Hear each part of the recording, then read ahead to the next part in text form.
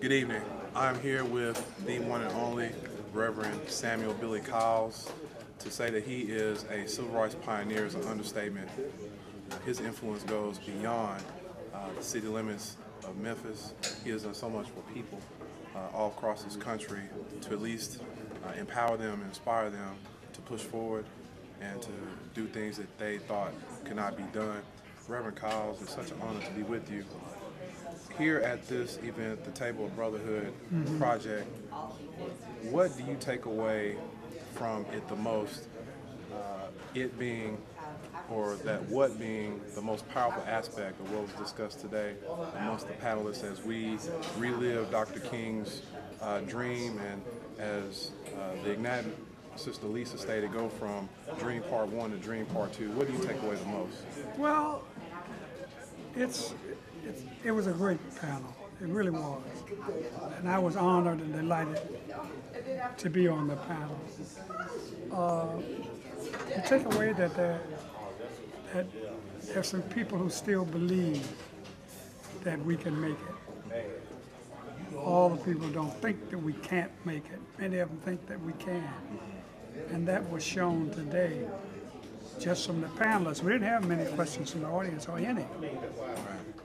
But the panelists, I pointed out, even like yourself, you guys were not even born when I came to Memphis. That's right. And probably just had been born when Dr. King was killed. Now you came to Memphis from where? I'm sorry. Chicago. Okay, that's very important to point out. And I what came year? to Memphis from Chicago, 1959. 1959. Chicago. I was born in the South in Mississippi, but I grew up in Chicago. And so I came to Memphis to get in the civil rights movement, and I did. So I would leave here with, as I said, I was seeing most things through my historical eyes and hearing them through my historical ears.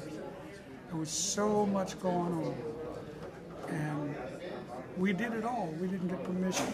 We did it because it had to be done. And I am thankful that I had a great part in bringing it all together and hooking up all the dots. I appreciate so much. People come by and they say, well, thank you for your help. And I said, thank you for accepting it. Yes, sir. And that's what we do. Yes, sir. Now, I used the adjective a moment ago, enigmatic. Now, I used that adjective to describe Lisa. She was one of the panelists. Very powerful sister. Yeah. Lisa is an extremely powerful sister. People, in particular, our ethnic group, I just want to be honest. I want to be frank right now. Black people, they feed off an enigmatic speaker, a persuasive speaker.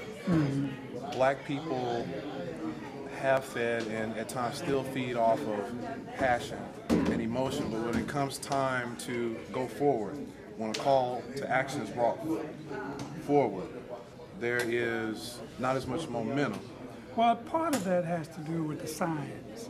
When you look at a sign and see it says color Negro, I mean, that's a powerful motivator to do something. And we decided that madness just shouldn't exist. So we went after washrooms in public places. Young people like you and others think, my God, what in the world is going on?